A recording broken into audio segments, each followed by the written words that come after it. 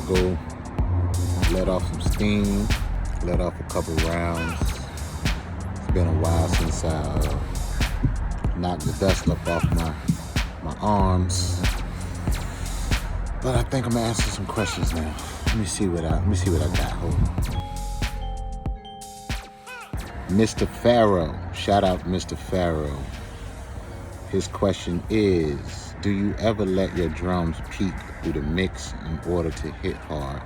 How do you balance hard drums without hurting the integrity of the overall mix? That's a pretty good question. I mean, working on consoles, working on a S9000, that's all we used to do, slam it. We used to slam it because it can take it as analog equipment. Now it's a lot of digital DAW systems. I personally try to, I try not to let it clip. I try, like, you know, a lot of times it's in the sound selection first. If your drums are just good drums, you don't have to worry about too much peaking, but a lot of it is just gain staging and putting your stuff in the right place. So I spend a lot of time just without it crushing. I really focus on the blend of the music, the blend of the drums, and if you get everything sitting in a good place in the mix, and if you got plenty of headroom on your master, you can use a mastering plugin. Sorry, I'm outside doing this video, so it's things happening. Anyway, you leave space in the master to kind of beef it up, make it chunky, make it bulky. So, but yes, to answer your question, yes, sometimes in the mix.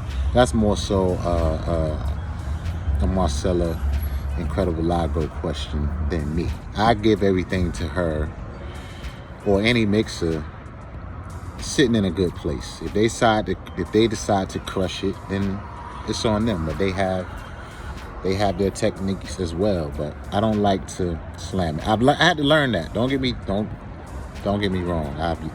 Over time, everything was peaking. My whole thing was just outrageously loud for no reason.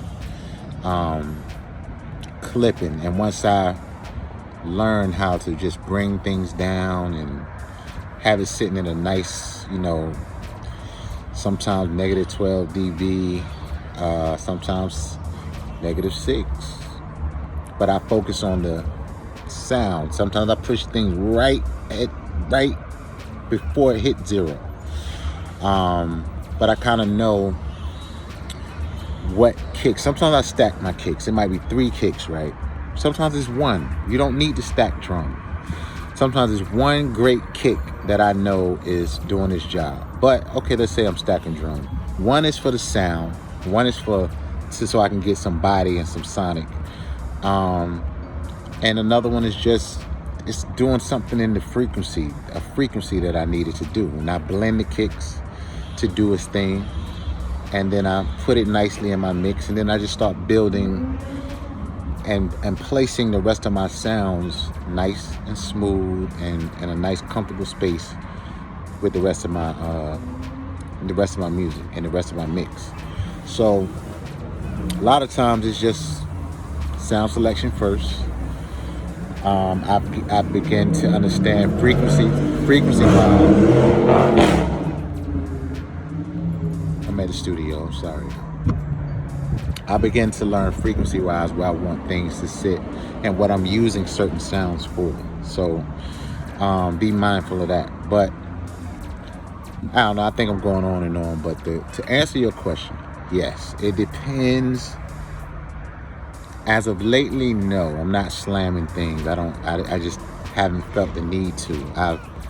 I want everything to be heard in my mix. It's just not about the drums. I know I'm picking nice drums, so I don't have to worry about slamming them and making them loud and ridiculous. So, but yeah, if you get a nice sound and you ain't getting no distortion, it ain't no right or wrong. Who's to say? I don't want you to say, Danger said this. I want you to figure it out and discover it on your own what sounds good. But I think gain staging is the key first. Then you can know where everything is sitting nicely.